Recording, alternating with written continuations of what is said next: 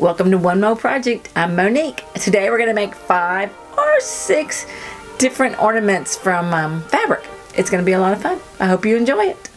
Here are the 5 shapes we're going to make. And here are the originals, the blanks, the materials you need. Anyway, start with the easiest one. This Christmas tree is made from this half circle.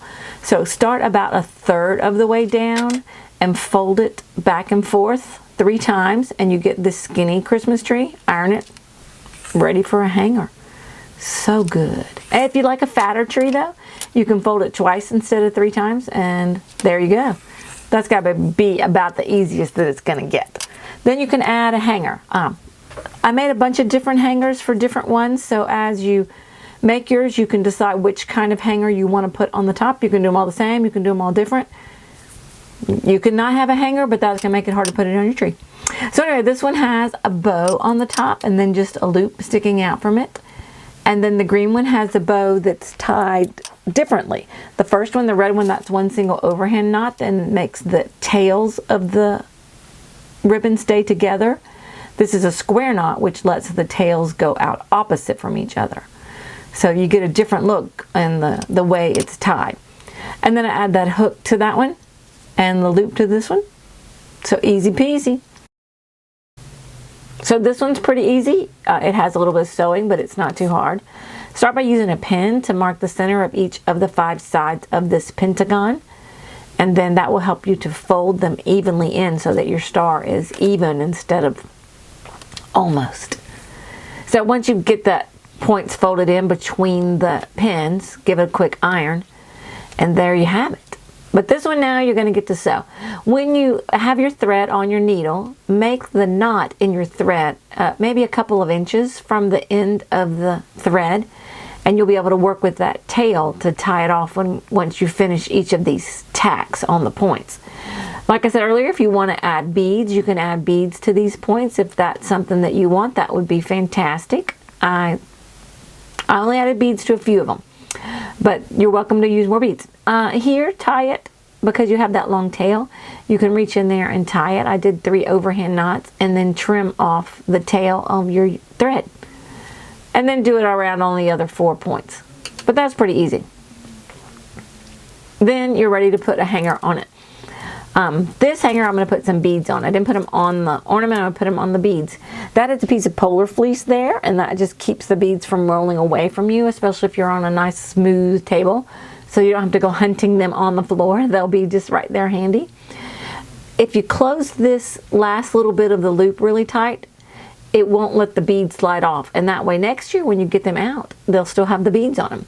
So add whatever amount of beads you like on that. And for this one, I'm going to change the loop at the bottom. So I went ahead and straightened it out some when I had trouble getting that last bead on there. And so that they're down at the bottom close to the ornament. And then sew that around a few times and make that stay. Do be careful to try to make sure that when you bend the wire hanger around, that wire does come back and touch itself so that the thread can't slip off. And you can also kind of sew sort of wide on there to make it less likely that it's going to slip off. And then tie that up and that ornament will be ready for your tree. This triangle is a little bit the same, but instead of just folding it in once, it gets folded twice. So first we're going to fold it to the back and sew all 3 of the points together on the back of the ornament. And it's a challenge which color thread you should use because it's red and green. So I just used green. I just used red. Not even green. Didn't even match it. And at the end of it, it was okay. Because it's red on one side and green on the other. All right, then fold in the sides, and this is going to be the front. So pin those in place because you're just going to make one tack right there at the point where the red comes together underneath that green, unless yours is different colors, of course. And when I did this, I was holding it upright, and it would have been easier if I had sewn on a point that was down instead of up, because as I sewed it, it kept trying to get stuck on all of those extra pins. But if I had been sewing with the one that was more toward the bottom, then the thread wouldn't have got caught on the ones there. See, like that, because it's not draping across all of them. Yeah, live and learn. All right, so then tie that up and then do the other one, and that's all there is to that ornament. And then this one I just made a really simple green hanger for it. Nothing too fancy. Tied it and sewed it in place. There I did the same thing where I tried to come in from the back and have the tails of the thread hidden. This one I did this single overhand knot and I sewed it there on the top. Alright, this one I think is really fun because that's a circle and it makes a square. First, fold the circle into fourths so that you can find the even spacing so that you can sew it together at 4 intervals so that they're even, so that when it flips back around you get even. It looks kind of like petals, a little bit maybe like a present, a little bit like flower, like maybe poinsettia leaves or something, but you want to have that spacing even. So I folded into 4 spaces and then sewed them together, and then flipped over. The red that was on the inside gets flipped around there to the outside. Isn't that fun? And I wanted to put the beads in the middle of this one, kind of like a flower, but I sewed through all of the layers, not just catching them to the top. I didn't sew through, I don't think I sewed through with every bead to the back, but at least 1 or 2 to help keep that closed tight so it didn't come open. And the petals didn't get misshapen and lose the square because it came open. So I sewed, I don't know, 4 or 5 beads to that, and then tied that off. And then that one was ready for the hanger. This one, I didn't even tie a knot. I just tucked the ends in, very straight. All right, this one really does look like a poinsettia. This one's pretty easy, but it's more like the red and green we just did than the ones we started because we're not ironing it to make it stay down. Bring all 5 points together and sew them together on the top.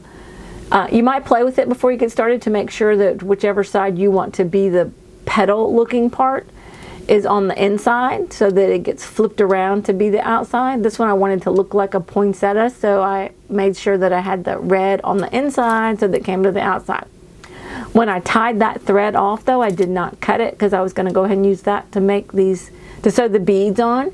And the same thing here, I went all the way through with a few of them, but not necessarily with all of them, and sewed the beads in the middle. I don't know what color they would be if they were real poinsettia. I did not look that up, but anyway, moving on to another way to use this fun curly hanger. Same thing there. Close that last loop up a little bit tight so that the beads can't turn that corner. And then I did a white and then 2 or 3 reds, and then, is it 2 or is it 3? I think it's 3. A white and then 3 reds, and a white and 3 reds, a little bit of a candy cane sort of stripe thing. But these, instead of being on the straight part, they're going to be on the curly part, and I'm going to sew the curliest part there onto the ornament. And then once I had all the beads on there, I made that sharp turn. It almost makes it look like a curly number 5, but I made that sharp turn on it so that the beads couldn't slide back off the top. And then once I figured out about where the bottom, the middle of the bottom should be, that's where I sewed it onto the ornament. Thanks for watching. That was a lot of fun. I want to remind you at the Christmas season that there's what Isaiah said long before Jesus was born. He knew he was going to be born, and he told us that unto us a child is born, unto us a son is given, and the government will be on his shoulders. And he'll be called Wonderful Counselor, Mighty God, Everlasting Father, and Prince of Peace. But most of all, I hope that you call him Savior and Father. If you are making ornaments here with me, then you can be done watching this video. As much fun as it's been. But if you're not here, or you want to make these ornaments, or you want to make more, there's some extra content that shows you how to turn the plain fabric into these shapes that become these fantastic ornaments. Okay, I'll see you next time. Bye. Have a party and invite all your friends over to make all of your ornaments. Even if your friends don't sew, they know how to use scissors. Then they can maybe help sew. Here are the 5 shapes that we use. It's really 4 because 2 of them were pentagons. When you sewed them, they were all 1/4 inch. The only one I pinned was the circle. I did a little bit of a back stitch, sewed around at 1/4, but then I stopped at least enough space for my finger so that I can get these to turn.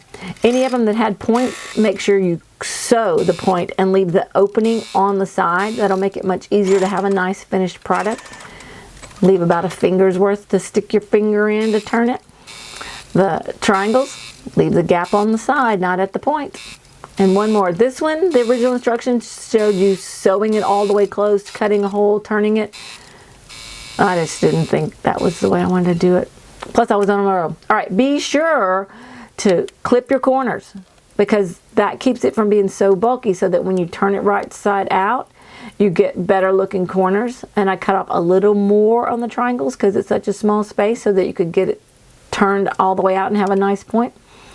On the round parts, you have to clip your curves. And since the whole thing is a curve on the circle, I clipped all the way around.